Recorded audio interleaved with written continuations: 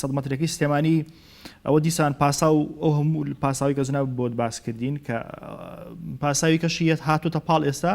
کە سەد مەترەکە دیسان ئەوسێتەوە جێبەجێ نابێ لە کاتێکە وەکو خۆت لە شوێنی دیکە 120 و 150 مەتریژ وە لە بواری تەنفیزە 150کەش خەریکە تاوێ ئەم هەستکردنە بە جیاوازیە وای لە ئەندامێکی ئەنجومەنی پارێزگایان لە ئەنجومەنی پارێزگا بەگەشتی کردوەوە کە بیر لەوە بکاتەوە یعنی هەر لە ماوەی پێشوو لە پارێزگای دهۆک بەداخەوە لافا و ڕوویدا کۆمەڵە زەرەر و زیان بوو سەرۆکی هەرێم بەجیا سەرۆکی حکومەت بەجیا هیچیان 2 ملیار دینارییان ملیارە دیناری تەخسیس کرد بۆ ئەوکە بەڵام هەر لە هەمان کاتە لە دەربەندیخان کاک بەرزان خۆی زانێ ماوەی ساڵی ڕابردوو بوو بوومەلەرزەیەک ڕوویدا سەرۆکی ئەنجومەنی وەزیران هات بەڵێنی شۆفڵێکیدا بە قایمقام و ئیداری قەزاکە یعنی کەواتە ئەمە دووش ینی